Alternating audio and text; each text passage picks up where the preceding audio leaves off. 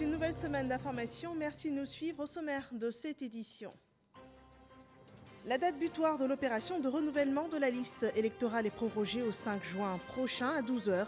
Une nouvelle proposition de la CEI au gouvernement. L'objectif est de permettre à tous d'être sur le listing électoral. Ces derniers jours, l'opération a connu un ralentissement causé par les intempéries. Les examens de l'enseignement technique et professionnel démarrent le 7 juillet prochain. Les convocations seront disponibles en ligne dès le 1er juillet. Des précisions sur ce calendrier des examens de ce département ministériel vous sont données au cours de cette édition.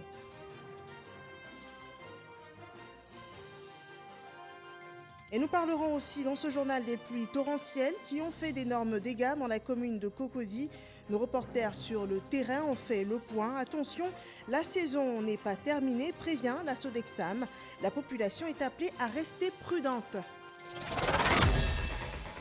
Bienvenue dans ce 23h. La Commission électorale indépendante propose un nouveau report de la date butoir de l'opération de révision de la liste électorale prévue s'achever demain, le 30 juin. La fin de l'opération pourrait être repoussée au 5 juillet prochain. Écoutons à ce propos la déclaration de la CEI.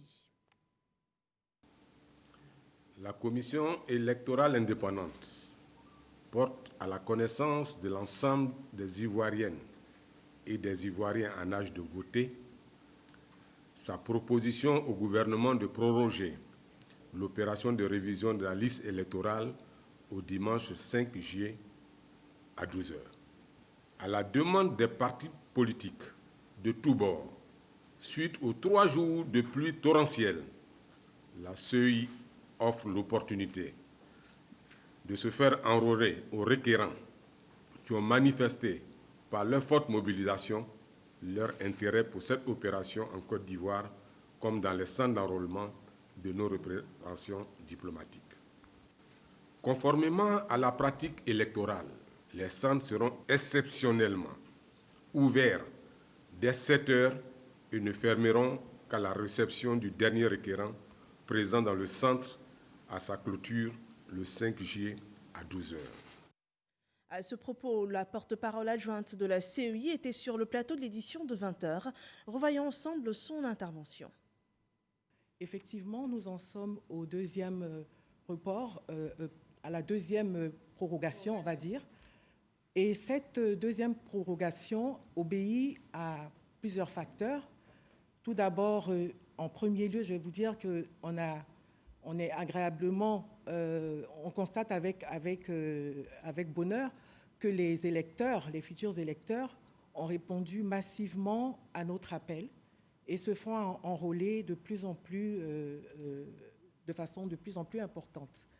Et donc, naturellement, les électeurs, comme les partis politiques et nos partenaires bailleurs de fonds, ont souhaité que pour qu'un plus grand nombre de requérants puissent se faire enrôler, ils ont souhaité pouvoir avoir quelques jours de plus. La semaine dernière, après la première prorogation, pendant 2 jours, nous avons eu des pluies torrentielles qui ont fait que bon nombre de nos concitoyens n'ont pas pu se déplacer vers les centres d'enrôlement.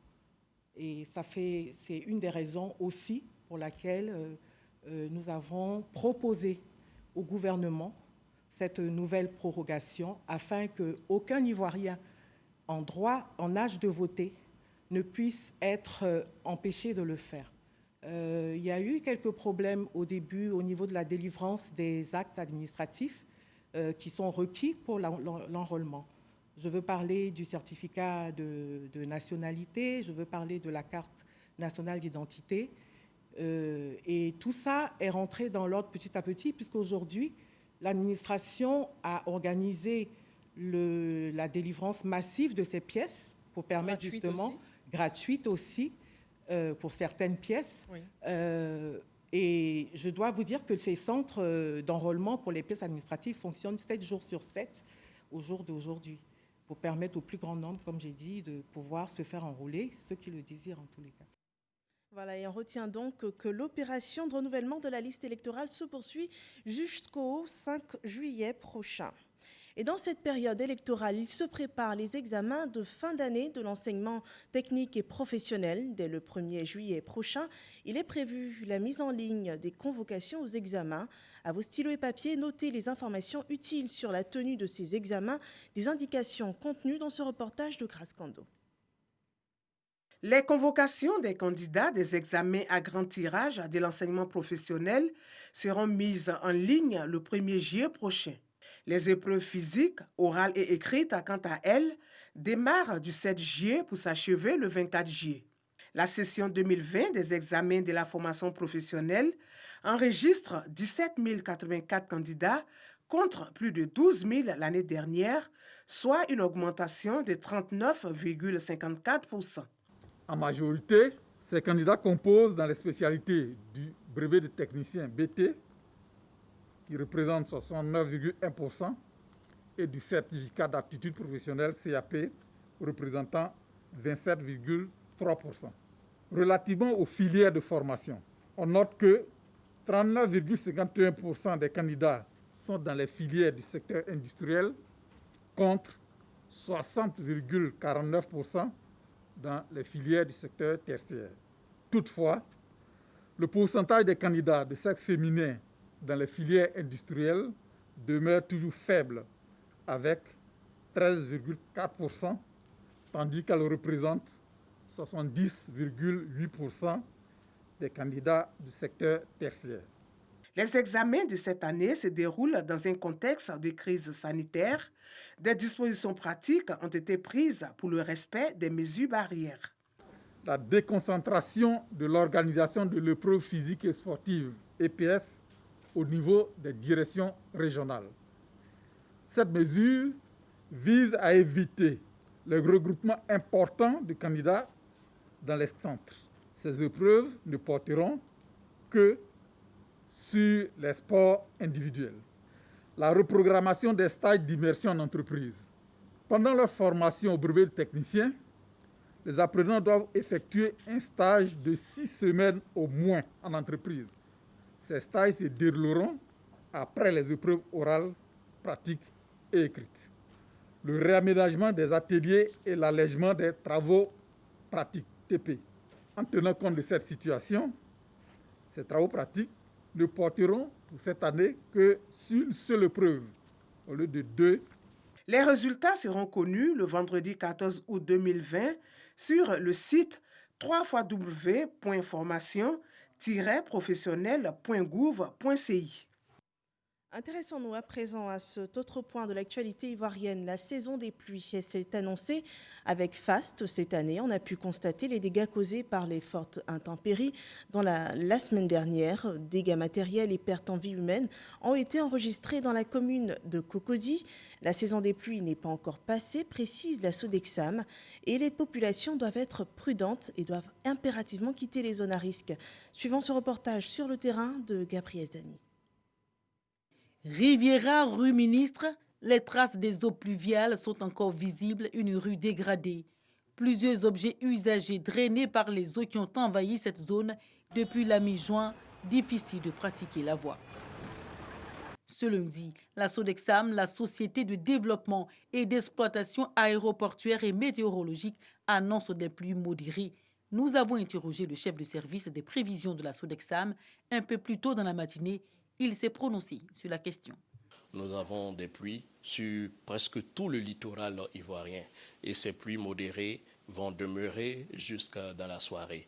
Mais pour certains endroits, le constat pourra être tout autre. On peut avoir des pluies fortes en ces moments-là, même dans cette journée. La saison des pluies n'est pas encore finie. Une accalmie des précipitations ne doit pas faire baisser la vigilance. Les secteurs de certains quartiers des communes d'Abidjan sont toujours en zone orange.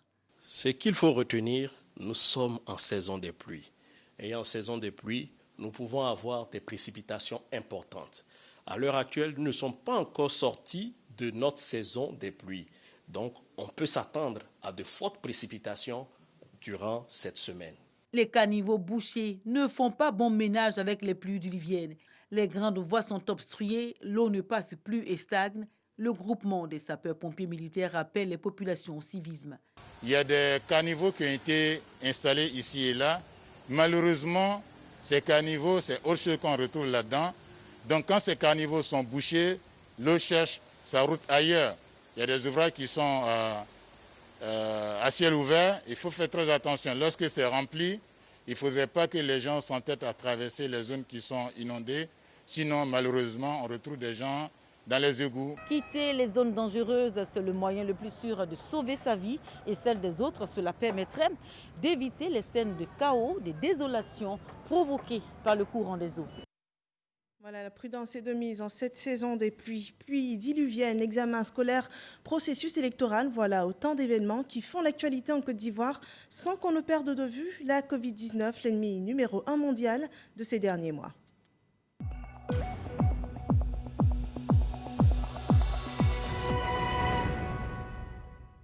113 nouveaux cas de Covid-19 sont annoncés par les autorités sanitaires ce lundi 29 juin. Le bilan de la pandémie en Côte d'Ivoire est de 9 214 cas confirmés, dont 3 996 personnes guéries et 66 décès. Écoutons la déclaration du ministère de la Santé et de l'Hygiène publique à ce propos. Le ministère de la Santé et de l'Hygiène publique a enregistré ce jour, lundi 29 juin 2020, 113 nouveaux cas de Covid-19 sur 1053 échantillons prélevés, soit 10,7% de cas positifs, 188 guéris et 0 décès. À la date du 29 juin 2020, la Côte d'Ivoire compte donc 9 214 cas confirmés, dont 3 996 personnes guéries, 66 décès et 5 152 cas actifs. Le nombre total d'échantillons est de 53 938. Le ministre de la Santé et de l'Hygiène publique rappelle que la pandémie n'est pas terminée. Il exhorte les populations au strict respect des mesures barrières, notamment le lavage des mains à l'eau et au savon, la distanciation physique et le port de masque lorsque nous sommes dans les lieux publics afin de nous protéger et de protéger les autres. Le ministre de la Santé et de l'Hygiène publique en appelle donc à la discipline et à la responsabilité, car pour stopper la transmission du virus, nous devons tous être disciplinés et responsables. Voilà, 9 214 cas confirmés en Côte d'Ivoire. Voyons les chiffres dans quelques pays d'Afrique. Au Ghana sont enregistrés 17 351 cas confirmés, 112 décès. En Guinée, 5 342 cas confirmés, 31 décès. Au Nigeria, 24 567 cas confirmés, 565 décès. En Afrique du Sud, 138 134 cas confirmés, 2 456 décès. En Égypte, sont enregistrés 65 188 cas confirmés et 2 789 personnes décédées. Un total dans le monde entier qui fait 110 331 347 cas confirmés, 5 608 146 personnes guéries et 506 080 décès. Pour faire face à la pandémie en Côte d'Ivoire, 3 milliards de francs CFA ont à ce jour été investis par l'État pour la prise en charge des cas et l'acquisition de tests de dépistage. Le point presse quotidien du gouvernement sur la gestion de la crise sanitaire en Côte d'Ivoire a reçu le maire de la ville de Dimbokro qui a présenté les initiatives prises dans sa cité pour éviter tout développement de foyers de contamination. Le résumé de ce point presse du gouvernement du jour est résumé par Mahama Traoré. Focus ce lundi sur Dimbokro, chef-lieu de la région d'Unzi. Cette cité de 102 000 habitants reste pour l'heure faiblement impactée par la Covid-19 selon le ministère de la Santé. Seul un cas positif détecté à ce jour. Face à la presse, le maire Gabriel Bilédié-Méléou détaille les actions menées sur place, installation de kits sanitaires, désinfection des bâtiments administratifs et autres lieux publics, sensibilisation de masse par la radio locale, plus de 10 000 cache-nez distribués. Et des dispositions ont été prises au niveau du comité de suivi, de sorte que nous puissions fabriquer nous-mêmes des cache-nez par les couturiers qui sont dans la commune. Et pour ce faire, il y a deux modes. Quand vous venez avec votre tissu, le couturier vous le fait à 25 francs parce que vous avez la plus grosse matière. Lorsque vous venez à lui, il y a un tarif qui a été retenu, il est de 150 francs. Pour rappel, la prise en charge de la Covid-19 est entièrement supportée par l'État. Dr Edith Kwasi donne ici des précisions sur ce qu'auraient coûté les tests de dépistage. Le test, si on devait le payer, selon les informations que nous avons reçues, devrait coûter par personne autour de 60 000 francs CFA. Donc nous sommes aujourd'hui à 52 885. Vous voyez que ce n'est pas moins de 3 milliards que l'État a supporté à ce jour pour dépister le nombre que nous avons aujourd'hui. Maintenant, si on met à cela le dispositif pour faire le prélèvement, qui a un coût, encore on ajoute les sites de prélèvement qui sont faits justement dans le but de faire le dépistage.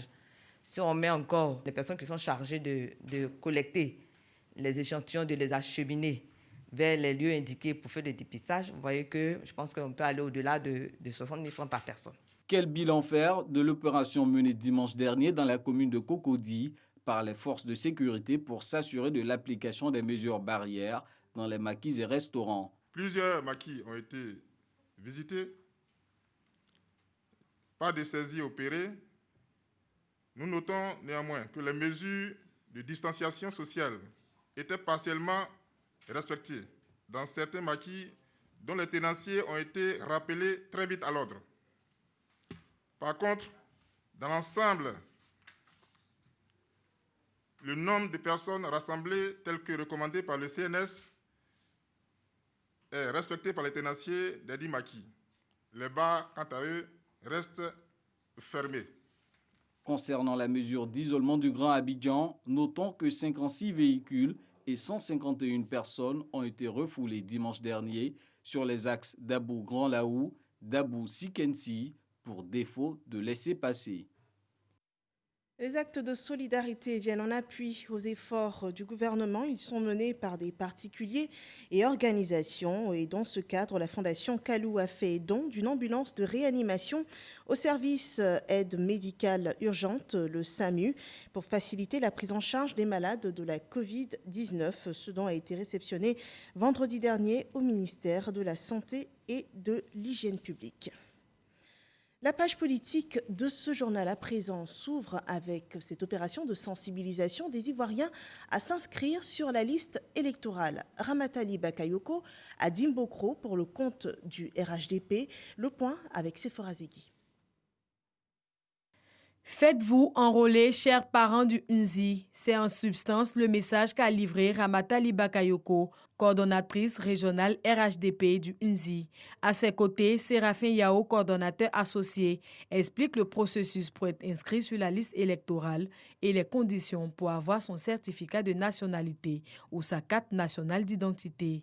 Nous avons sillonné quartier et village et aujourd'hui nous sommes en train de rencontrer les chefs de communauté et les chefs religieux pour que le temps qui nous reste à finaliser cette opération, nous puissions avoir un résultat probant. Il était de notre devoir de venir dans la région d'Unzi porter le message du gouvernement pour que les populations, pour mettre en mission les leaders communautaires, les leaders religieux, les associations de femmes et des jeunes, pour qu'ils investissent les campements, les villages, en tout cas les familles, les communautés, pour leur expliquer l'importance du respect des mesures barrières. Et ça, c'était la première mission. La deuxième mission, non moins importante, c'est de faire le bilan de l'enrôlement des populations, en tout cas en âge de voter, sur la liste électorale.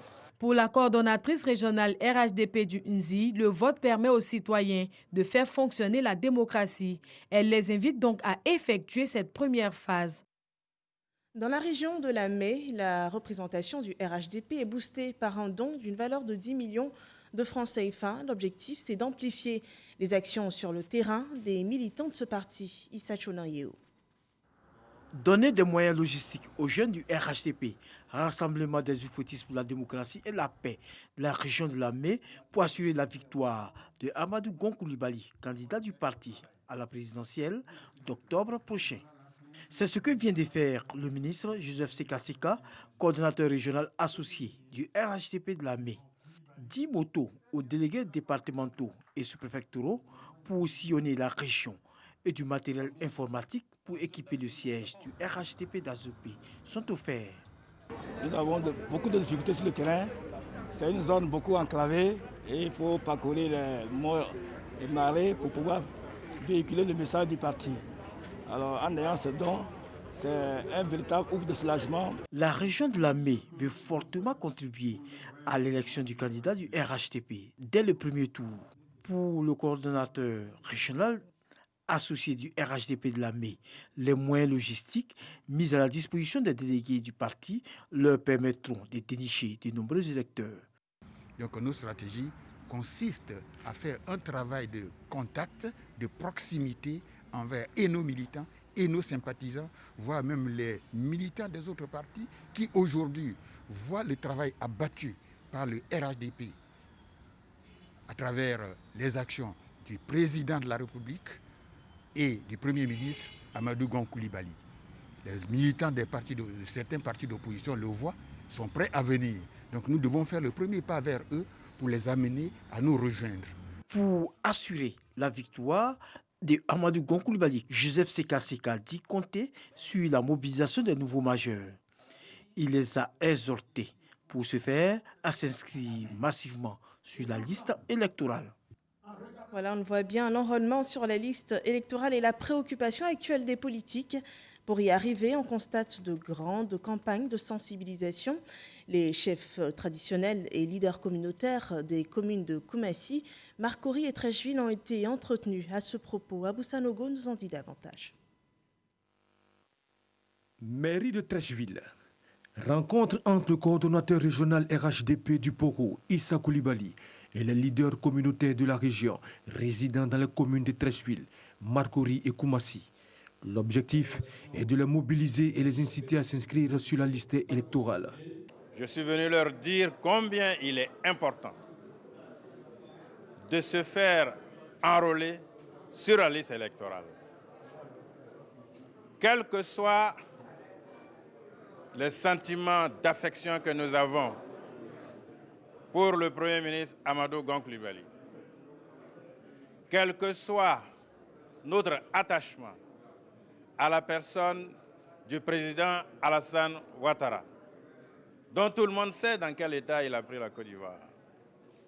Si nous ne faisons rien pour l'aider à faire en sorte qu'après lui, son œuvre continue, en faisant en sorte qu'au soir du 31 octobre, le Premier ministre Amadou Gon Coulibaly soit porté à la tête de la magistrature suprême en tant que président de la République de Côte d'Ivoire, c'est comme si nous n'avons pas reconnu le travail excellent que le président Alassane Ouattara a abattu. Les cadres et leaders communautaires de la région du Poro sont invités à être des relais dans leurs communautés respectives. Après la commune de Treichville, le ministre Issa Coulibaly, coordonnateur régional RHDP pour la région du Poro, se rendra dans les communes de Port-Boué, d'Atekoubé, de Yopougon, d'Abobo et de Cocody.